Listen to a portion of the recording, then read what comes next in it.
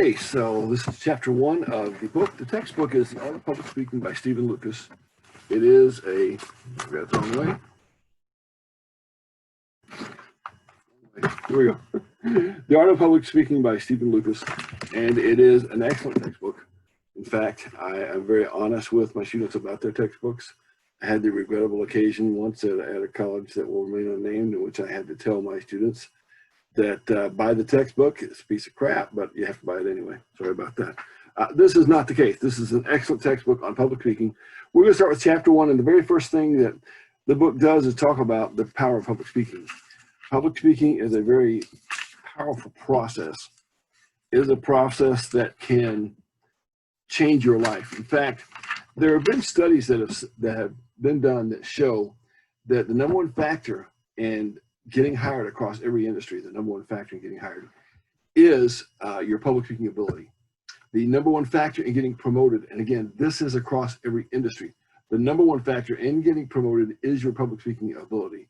So it's an important thing to know why it is. Why should you study this? That's a very important thing to know as you get started in a course. Why is this class important to you and to your future? So the better public speaker you are, they know this, the more successful you can be later in life. And so it's a very important process.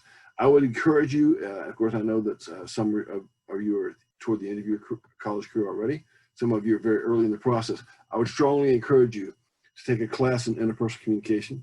I would strongly encourage you to take a class in mass communication. In the next 30 years, your ability to engage in and to be good as a public speaker is going to affect your life. It's going to affect your career. In the next 30 to 40 years, your ability to effectively engage in interpersonal communication is going to affect your ability to stay married, to continue a relationship. It can even affect your ability to be on the job as well, because interpersonal comes into play in almost every job that you might do. The other section, the one that I mentioned, mass communication. If you think about the power that mass communication has over our lives right now, mass communication is going to affect your life in the next 30 to 40 years, whether you like it or not. And the less aware we are of how much it can affect our life, the more vulnerable we are to having it affect our life in a negative way.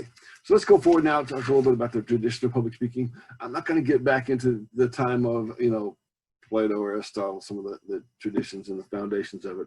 We're going to go and talk about Cicero and other things like that.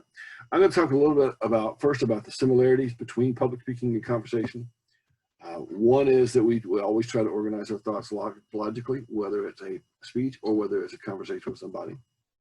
Another is that we tailor our message to our audience. We get into this in interpersonal communication classes to some degree, and that is that what is appropriate conversation depends on the person that you're talking to. So there's a relational aspect, and there's also a situational aspect. What's the situation that you're in?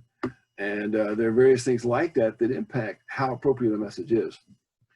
The next section is in both public speaking and interpersonal communication, we do use stories, and stories are powerful. We'll talk more about that as we go forward through this book.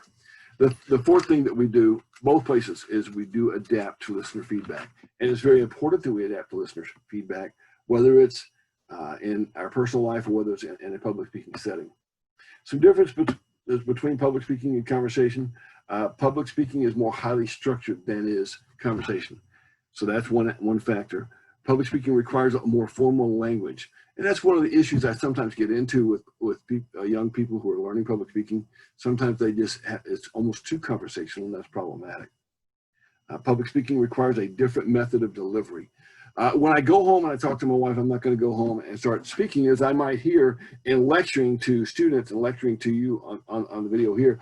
I won't talk to my wife in this way. It's just not an appropriate way to deliver a message to my wife or to my friends. Don't do that in that speaking tone.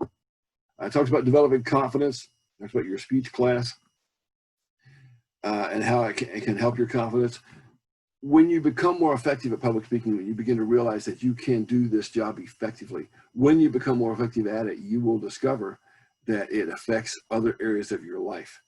The first thing to think about, well, one thing before I get into that, they've done some ratings of the greatest fears in American life, and the number one across for a lot of people is public speaking.